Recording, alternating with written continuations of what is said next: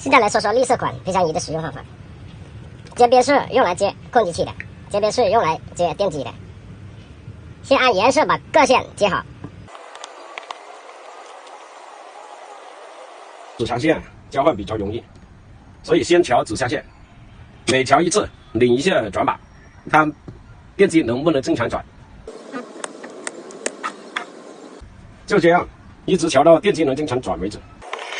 这一档就是我们想要的。现在来看仪器给的提示，风耳这边是4档，指向线这边也是4档，所以接线的时候按第4项来接，就这样接好线就好了。